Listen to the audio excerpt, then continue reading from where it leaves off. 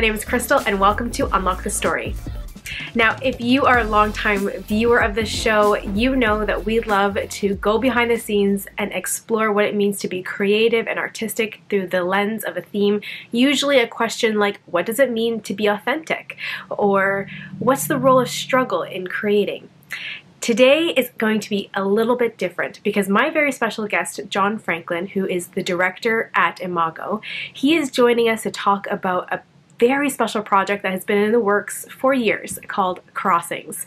Now, I don't want to actually give away too much about what Crossings is. I want you to hear it directly from John. So, you know what, let's get right into my interview with John.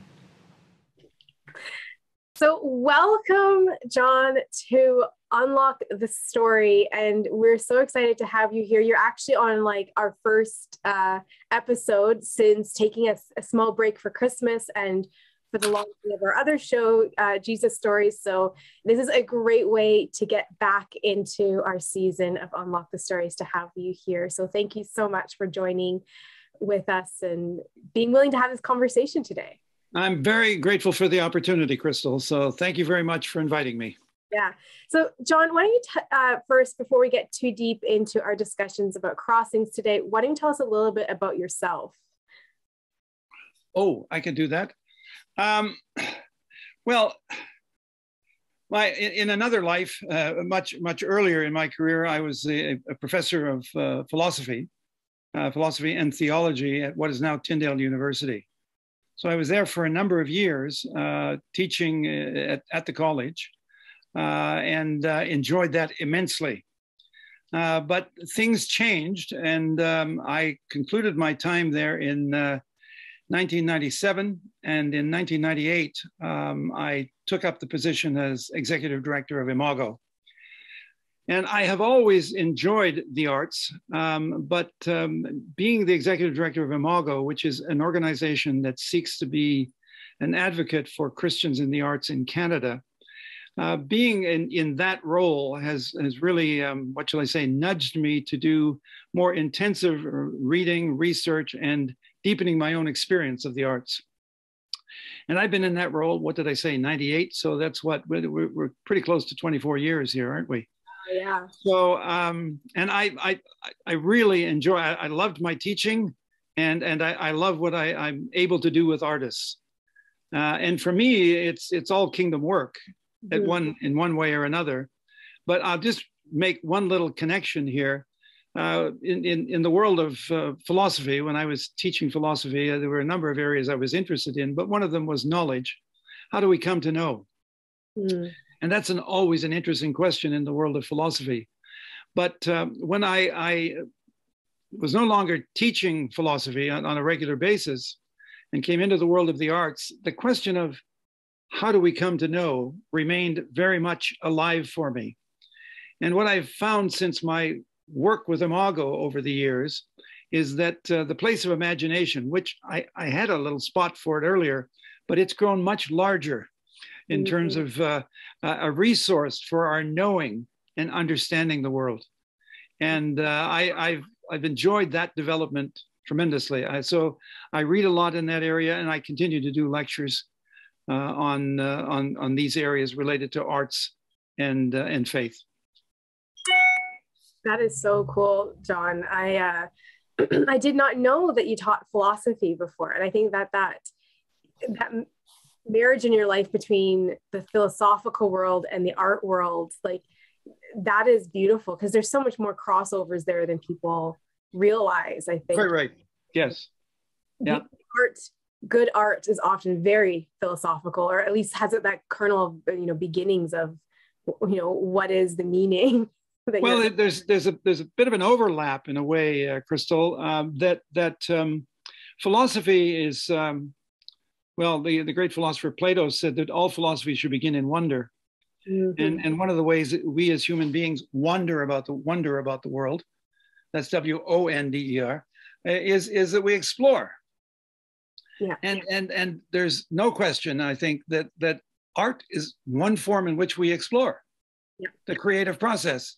And whether you're painting a picture, composing a piece of music, dance, theater, poetry, film. I mean, you can. I mean, it's exploration, Yeah. and we're trying to understand our world. And in some ways, I think in the arts, we're also trying to understand ourselves at some level. Yeah, that's beautiful. So how long has Imago been around now? This year, 2022, it will celebrate its 50th anniversary. Wow. That's incredible. And you've been championing it for half of its... Well, pretty close to half of its life. I knew the founder. It was founded by somebody who was, Wilbur Sutherland was his name. He had been the national director of InterVarsity in Canada. And when that came to a conclusion, he was thinking about what he might like to do. And a number of his friends that he had mentored over the years at the university said, Wilbur, what would you like to do? And the upshot of that was Imago. And Imago, I did, just for any of your listeners or viewers that don't know, Imago alludes to, I mean, it's a word that means image, but in theology, there's a doctrine, we refer to it sometimes as the Imago Dei, meaning that we as human beings bear the image of God. So Imago was created in a way to say, we as human beings image forth, and how do we do that? And let's explore the ways in which we do that, and let's be advocates for how we do that. And the arts is just one of the places that we as human beings image forth. That's cool. That is really cool. So today we invited you on to talk about Crossings, which is one of your new projects. Correct me if I'm wrong, but I believe this exhibition opens March 2nd. That's correct. It runs to April 14th. And the longer title of it is A Journey to the Cross. A Journey to Easter is what we're calling it, but yeah. Right. So tell me, what is Crossings and what is this journey you're inviting people on? Well, let me just first say that it's March the 2nd to April the 14th. It will go up a little bit before that, a few days. Yeah. March the 2nd is Ash Wednesday. So it's the beginning of Lent. April 14th is what's known as Maundy Thursday. That's the evening in which Jesus washes the feet of the disciples. And generally that's where Lent ends. So that's why we have the dates, March 2nd, Ash Wednesday, to April 14th, Maundy Thursday. It will still, we're not going to take everything down. It'll be there a little bit after Easter as well. So those dates are not sort of absolute dates in one sense, but that is the period for the exhibition. And now I've forgotten the question you asked me about Crossings. No, what is Crossings? Like, so, you know. Yeah. Okay. What is Crossings? There's a fellow by the name of Aaron Rosen, and he does art and religion. He's of Jewish background, and as a student of theology and of art, when he was studying in London, he decided to shape an exhibition in London, and I can't remember what that was called, but that was in 2016, and it was centered around Stations of the Cross, and in many cases he noted art that was already there in place, whether in a church or outside or whatever. And then subsequent to that, he was joined by Katrina Lang, who is Anglican clergy or Episcopalian, as they say in the US, although she's British. And she gave him the idea that, look, could we do one of these in Washington, which is where she was posted at the time. And then from that, what about New York? And they did one in New York. And then people got wind of it and, oh, we're going to do one in Amsterdam. So there's been a series of these. And I actually, at a conference in the US, one that I like to go to every year, but not in the past 2 years, the American Academy of Religion, I attended a session which was on visual art and scripture. And it was a panel discussion. And I had heard about the Stations of the Cross, particularly the one in New York. And one of the panelists made a passing remark when we did Stations of the Cross in New York, and then said something else, and then went on to what he was really talking about. Well, my ears perked up, of course, and I went up to speak with him afterwards, and I said, Aaron, and he could see my name tag. I said, Aaron, what about Stations of the Cross in Toronto? And Aaron's response was, oh, John, that would be fantastic to do Stations of the Cross in Toronto. Now, that was in the fall, November of 2018. Mm-hmm. So it's been in the works since then. Wow. So in this case, I have, or Imago has full jurisdiction over what we do in the exhibition. So we select the artists, we select the locations, but we're part of this international series. And it seemed to me, it just made perfectly good sense to do this because Imago works at the intersection of art, faith, and culture. Mm-hmm. So a Stations of the Cross exhibition in an urban setting using art. Yeah, okay, this is good. So that's how it got started. And do you want me to comment on the name or? Yeah, please do. Yeah, the exhibition in Amsterdam was called Troubled Waters. And anyone who has awareness of the Dutch culture will understand why they would call it Troubled Waters, because it's a country of canals and they're right on the sea. And Troubled Waters was a good title. But we were trying to think, what could we call this exhibition in Toronto? You want something that would capture what it's about. Well, somebody came up with the idea of crossings. And of course, you have to sit with these things a while to see whether they work or they resonate. And we got to thinking, Toronto is Huron for meeting place. Mm-hmm. Mm-hmm. Crossings. We are the most multicultural city in the world. Crossings. Yeah. We have religious diversity. Crossings. We have ethnic diversity. More crossings. We have the opportunity now to go and view an exhibition while each of us are on our own spiritual journey, another kind of encounter or crossing. We will meet people there. We will hear about their experiences, perhaps, who do this very brief pilgrimage. So crossings, and of course, it alludes to the cross as well. So we just thought, yeah, that captures it in a word, crossings. So that's how we came up with the theme. That's beautiful. So when you heard him say that briefly, like, obviously there's this spark in you in 2018. Oh, yeah. That I got to bring this project to Toronto. Like, what was it that made you say, like, this project needs to be brought to a Canadian city? Well, I don't know that I thought really carefully about it. It was more instinctive, I think, than measured reflection. But the instinct was, this is a Jesus story. Mm-hmm. This is perhaps the most profound and best known story in the Western world, and perhaps around the world, the passion narrative of Jesus. This is an opportunity for it to be expressed in a public setting. Mm-hmm. It is an intersection of art and faith and culture. That's what I spend my time doing. So in a way, it was instinctive. It was intuitive, if you like. I just thought, no, this would be great to do this in Toronto and bring it to Toronto in however you understand that, to bring it. I mean, we had to get all the artists and so on, but as gift. And I have recently been thinking of it both as gift to the church and as gift to the people of Toronto. Well, I may be getting ahead of myself, but this is not just a religious story. This is a deeply human story. Yeah. Yeah. One of the works by a First Nations artist is called Injustice Towards the Just. That's Jesus before Pilate.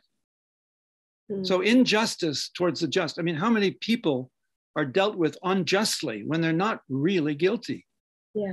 So the perpetration of injustice happens a lot in our world. Suffering, of course, happens a lot. This is what I mean by it's a deeply human story. It's a story of vulnerability, of self-giving. It's a story that's at its heart a story of love. So this is an exhibit for everyone. It's not just for the devotee, not just for the religious person, not just for the Christian. It's for everyone, even though I know it's a Jesus story. But so we hope that we'll have a very wide audience. Audience isn't the right word. We'll have a very wide spectrum of people who will come to see this work. Yeah. So you said something in earlier that piqued my interest, and you kind of alluded to this already in talking about the piece "Injustice to the Just." You talked about how Toronto is a place of crossings and being cultural and ethnic as well. So how are you tackling this exhibition with that in mind, and how are you looking at diversity in the exhibit and the artists, the creators as well? How are you trying to reflect the reality of? I will say to you candidly, I've worked quite hard at that, but it's not always worked out well. I really want to have a lot of ethnic diversity, but when you start listing the number of ethnicities there are in the city, it's a very, very long list. Yes. So I was caught a little bit between the fact of my own network of artists that I know, but then also the desire to have diverse ethnicities participating in this. And I will say candidly, I've not been as successful about that as I wish I had been. But this is just the way it's turned out. But my heart was to make it as broadly inclusive as we possibly can. We have 3 works by First Nations artists. We have a work by a Korean woman. She's actually doing the Women of Jerusalem. Jesus Meets the Women of Jerusalem. And then we have an African artist from Kenya, I believe. I'm thinking, is that right, Kenya? But has lived here in Canada for many years. So that's a Black artist. So it's, I think the rest are pretty much European. One artist has a mixed race, if I may put it that way, of East Indian and Irish.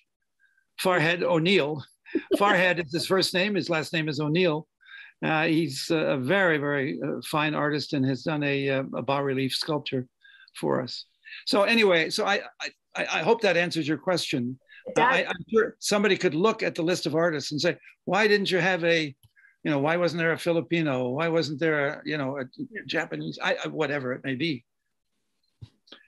But I love it because that is that effort of diversity in understanding, and diversity of your worldview is just different when you are of a different ethnicity and a different cultural background, and bringing that into this project. Correct me if I'm wrong, but Stations of the Cross are usually 12 stations. 14 stations, thank you. 14. So I'm assuming that with this exhibition, you're talking about 14 different exhibition pieces of art, or is it more than that? Krystle, that's a very fair assumption, but it happens to be incorrect. Oh, there you go. It's a very fair assumption. It's a good assumption, but here's why it's incorrect is because, and maybe it's my own religious background. By the way, I'm a Protestant, not a Catholic, and of course, Stations is very much in Catholic history, but huge numbers of Protestants have become very interested in this. But maybe more about that later. But we have added to the stations Palm Sunday, the triumphal entry, and we have added resurrection. One other clarification I should make for anyone listening in, that there are the traditional Stations of the Cross, but in 1991, Pope John Paul II established a different list, slightly variant list, called the Scriptural Stations of the Cross. And we have decided to go with the Scriptural Stations of the Cross. And the difference is, I think traditional stations are terrific, and there's much to be drawn from them. But for example, that Jesus meets his mother on the way to the cross, there's no biblical reference to that. No one says, oh no, that's not true. It's not a claim that it isn't true, but there isn't any reference to that. Or that Jesus falls for the first time, second time, and third time again. No references to that in Scripture doesn't mean it didn't happen, but so this is a little bit of the difference between the two sets. So we're doing the Scriptural Stations of the Cross, and it's on the Crossings website. You can go through and see the biblical passages for all the Scriptural Stations of the Cross And I've selected images for each of those stations, and it should be clear these are not the images in the show. But anyway, okay, so 16 stations is the short answer to your question.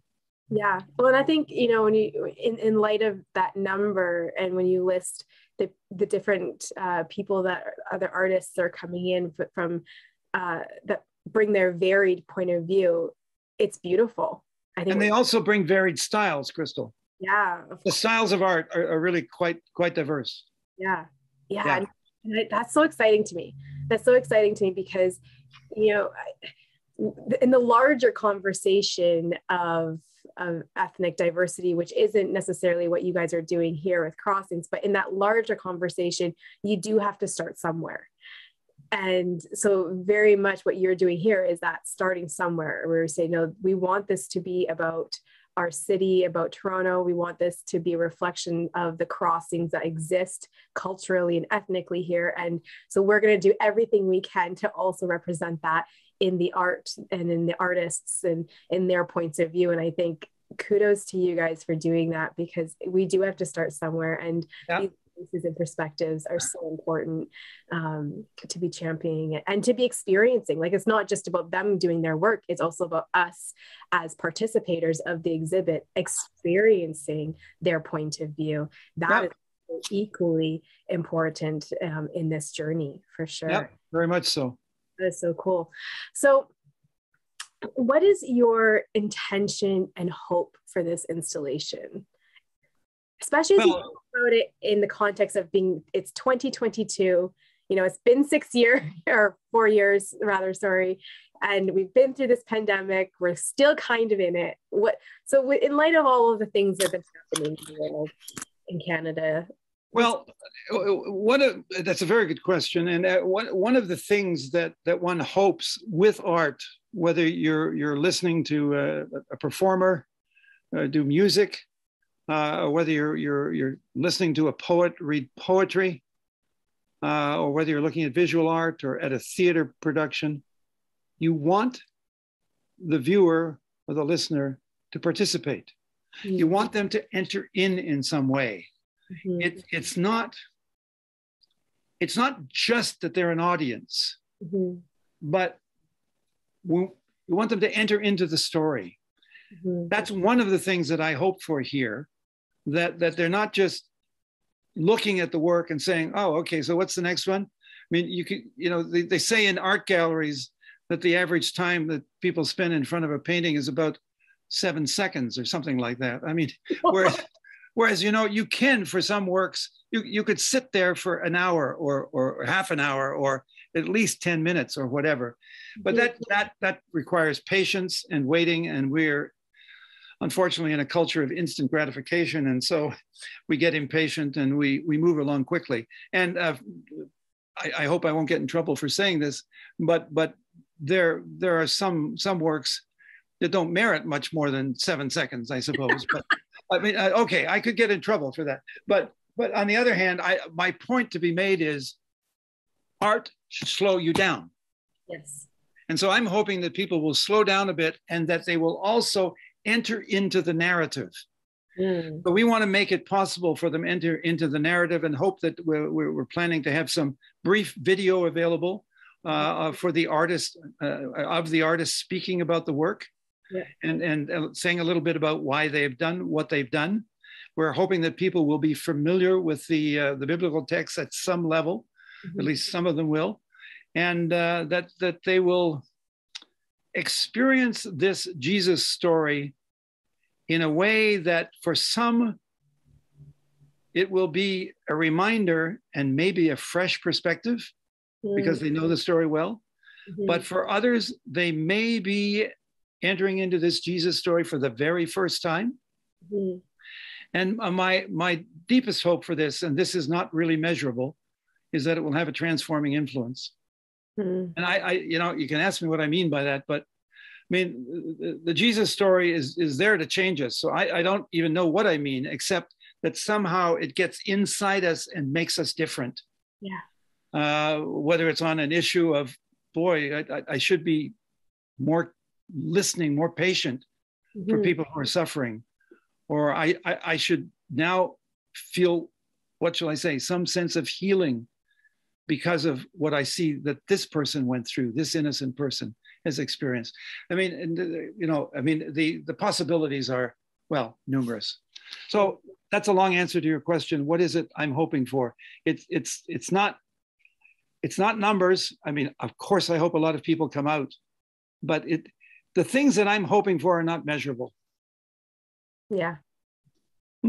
How much of like an artist answer can you give? Like that is just such a beautiful, honest artist answer, right? Like you're hoping for that connection to happen. Yes.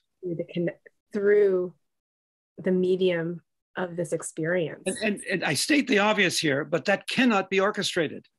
Yeah. I can't make that happen. And the artist who does the work can't make that happen. But in some way, in creating the work and my job to put it out into the public arena, we're facilitating things to happen, but we can't make it happen. It now depends on somebody coming and receiving it.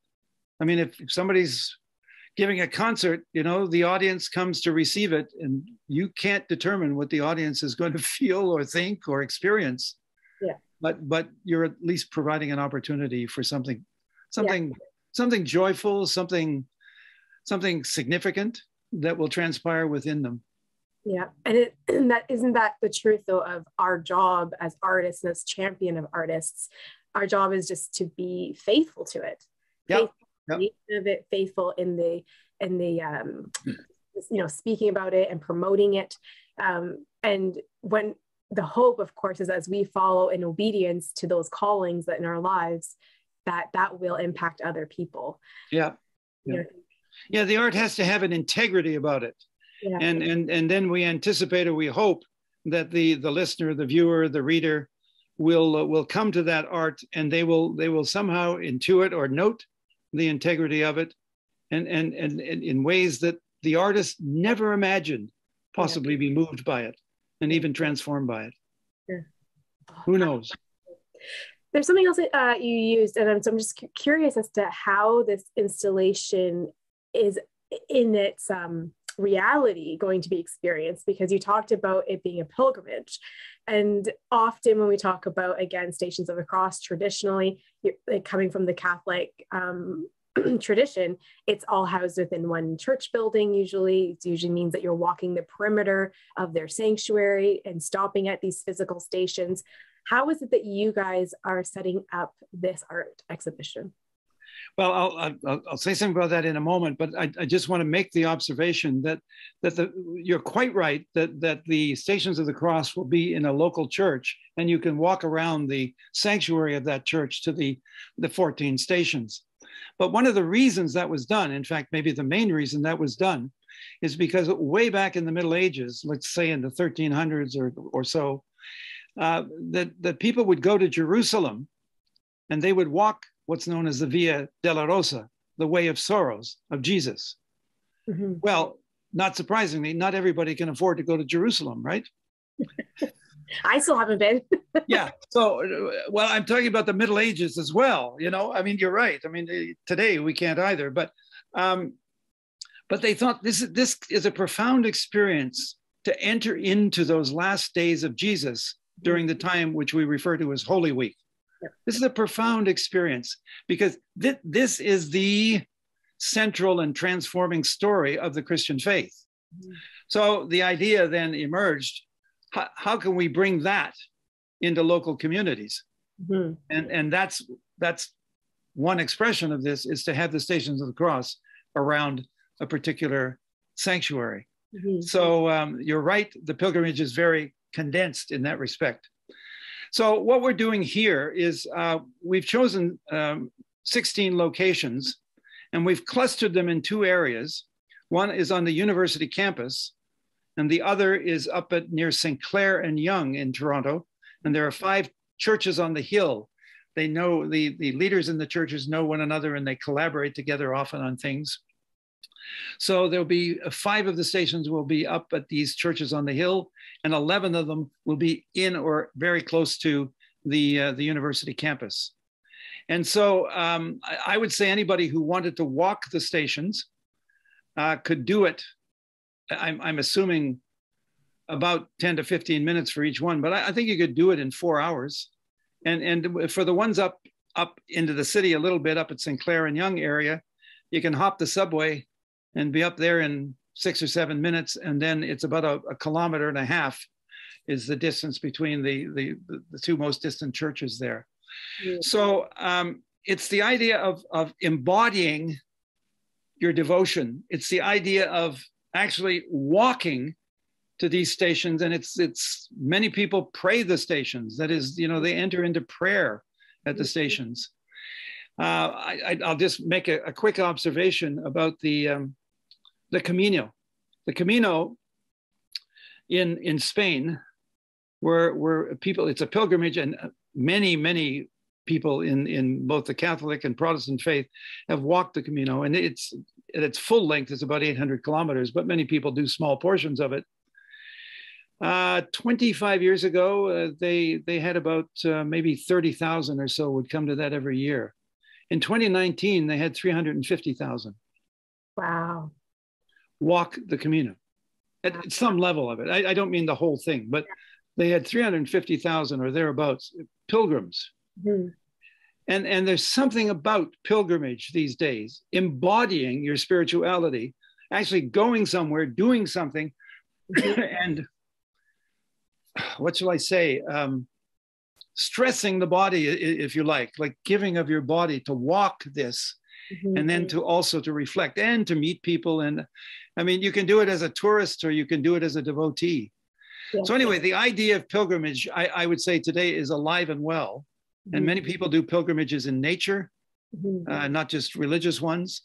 And our hope is that people will take up this opportunity to walk the stations of the cross. It's quite manageable. Right? We hope the weather will be kind to us, but I think I've probably answered your question, but about how we've done it. Yeah. When you say university, which university is it? Sorry, University of Toronto, the downtown campus. Okay. So they'll be set between Spadina and Bay. Yeah. Okay, and south of Bloor, mm-hmm. and north of College. So that area in there, and they're at theological colleges: Trinity College, Wycliffe College, Regis College. At the Newman Center, which is the Catholic chaplaincy on the campus. Be at Knox Presbyterian College. These are the locations for them. So is it open to the public in that people can they can just walk in and see this and experience it?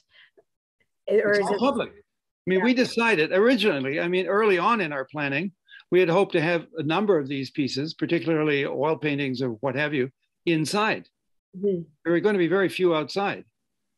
But then there was this thing called a pandemic that came along and changed the world. And we thought, well, do we give up on this or do we find a way through? And the one way we thought we could, and we're talking about back in 2020, say the fall of 2020, trying to plan, mm-hmm. and now, or early 2021, trying to plan for 2022. Will it all be over then? Oh, yeah, maybe. Oh, maybe not. So we thought the only way really to be safe on this is to continue our planning, because you've got to plan well in advance, is to continue our planning and to plan for an all outdoor exhibit. So that way COVID can't touch it. I mean, hopefully we won't be locked in our residences and we can't go outside. So it's open to the public. The cars driving around Queen's Park can see this, or along St. Joseph Avenue, or down Spadina, or along Hoskin, or along Sinclair and Yonge. I mean, it's open to the public 24 hours a day. Anybody can go anytime. And the plan is that in the display units, there will be some modest lighting. We have to wait and see how that works out. I think it's a bit of a challenge, but there will be some modest lighting so that you'll be able to see these at any time of the, day or night. So it's open to the public 24/7, I guess we can say. That's amazing. You were so kind to share with us 2 pictures, and I just wanted us to view them. And I would just love to hear a little bit about what it is that we're seeing. So we've started with this photo here. What is it that we're looking at? This is a sculpture, Colleen McLaughlin Barlow. She's from Vancouver, although, and still has a place in Vancouver, she and her husband, but they're currently living in Cambridge. So this sculpture has been created over in England. And this is Jesus takes up the cross. Mm. And what I can say to you about this piece is I know that Colleen was very keen to have a hopeful Jesus. Mm. And the cross that will be on the shoulders is actually made of a kind of crystal. Wow. Now, I don't want to explain too much here, no. But she's very, very interested in the human sacrum. Yes. Sounds a bit odd, but in everybody has a cross mm-hmm. in the sacrum, in the lower back. And she finds that really, really interesting. So you will have some sort of image of that when you see the final product of this sculpture.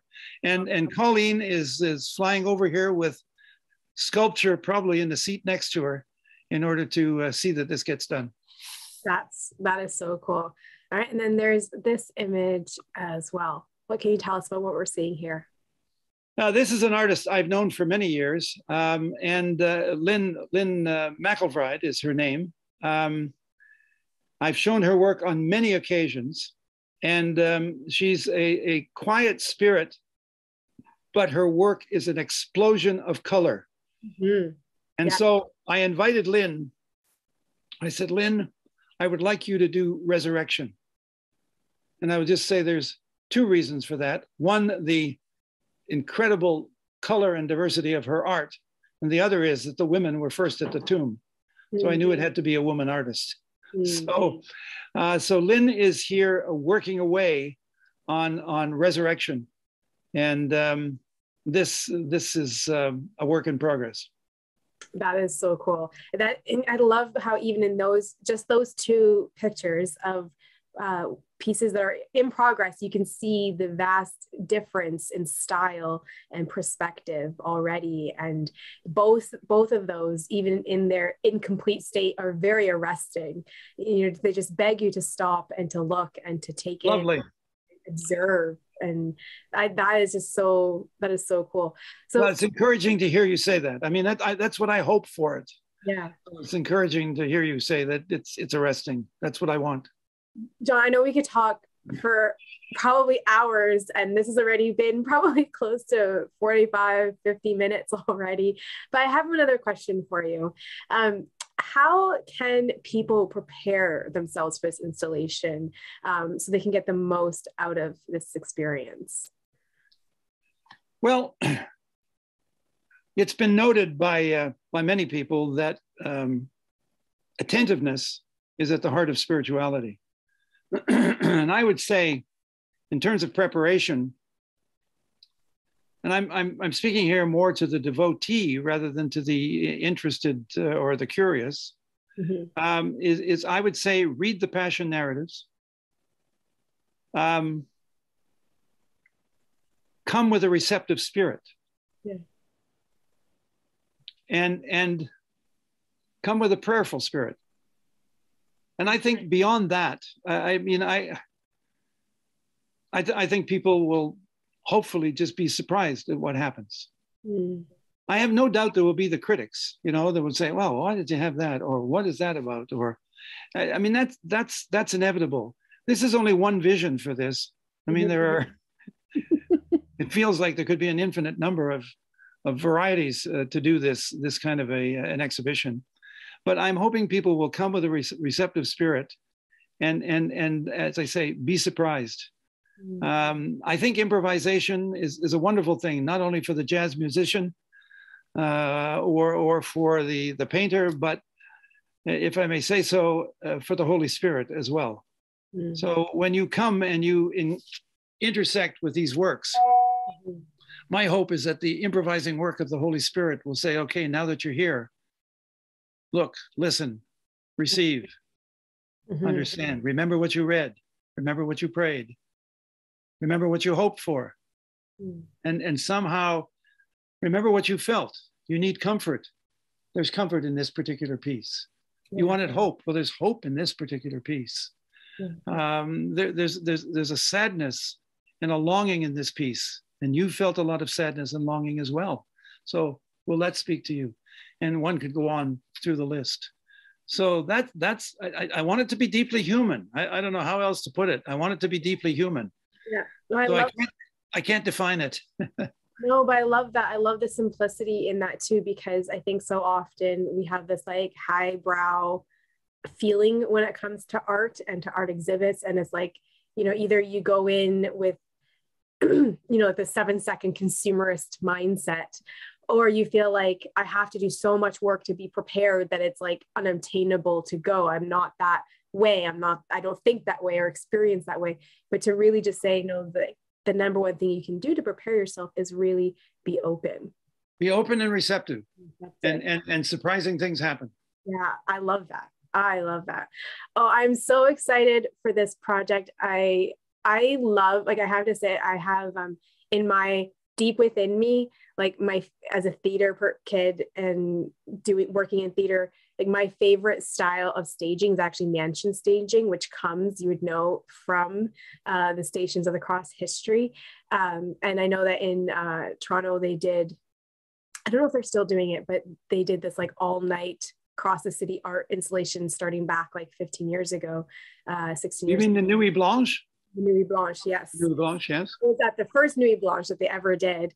And I, like, again, like that kind of staging of experiences is just like, it gets me every time. So with this one, I am just so excited to be seeing so many of the things that I love about creativity being executed, which one of them is taking creativity into interesting places and not just doing it, you know, within 4 walls or within the typical 4 walls, you know, but, and inviting, as you said, inviting people to journey it, to go on their own pilgrimage, the physicality of walking between spaces and what that affords you of that experience, right? To have to go to the next one. Yes, so, yes.